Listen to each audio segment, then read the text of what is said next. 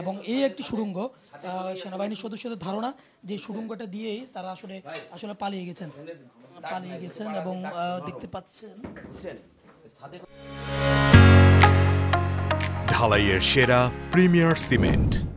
এই মাজার বস্তিটি ঘেরাও করে রেখেছিল যৌথ বাহিনীর সদস্যরা। আমরা এবার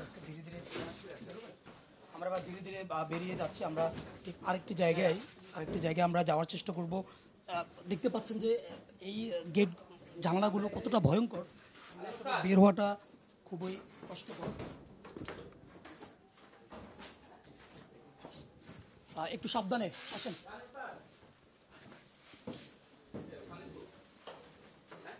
এক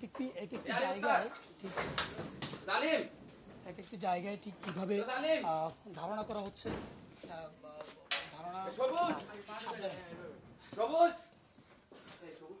বলা যায় যে একেবারে ভয়ঙ্কর একটি জায়গা। প্রত্যেকটি রুম কিন্তু খুবই ভয়ঙ্কর একটি পরিবেশ এবং সেনাবাহিনীর সদস্যরা কিন্তু আমরা বেরোতে গিয়ে অনেকটা বেগ পেতে হয়েছে।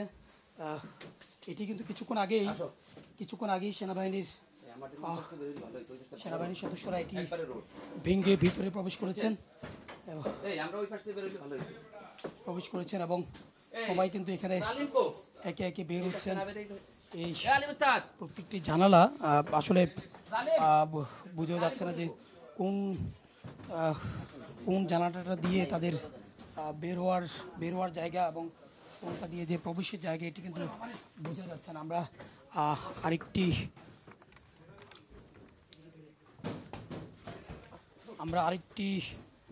আরেকটি বাসা থেকে বের হওয়ার চেষ্টা করছি। আপনি দেখতে পাচ্ছেন যে এই জানালাটি দিয়ে মূলত ধারণা করা হচ্ছে যে এগুলো দিয়ে তারা পালিয়ে যাওয়ার যতগুলো রাস্তা, সেই রাস্তাগুলো মূলত তারা করে রেখেছেন এবং আসেন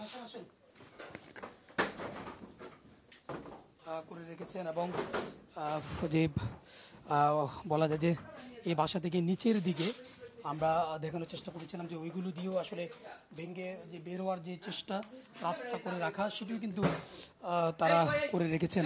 অর্থাৎ এখানে অবস্থান এবং পালিয়ে যাওয়ার যে ব্যবস্থাপনা, সেটিও কিন্তু এই মাদক কারবারিরা এটি করে রেখেছেন এবং ধারণা করা হচ্ছে যে এখান থেকে মাদকের যে সয়লাভ এবং মাদকের যে ছড়াছড়ি এবং মাদকের যে সাপ্লাই, সেটি কিন্তু এখান থেকে করা হচ্ছে, এমনটি মূলত ধারণা করা হচ্ছে।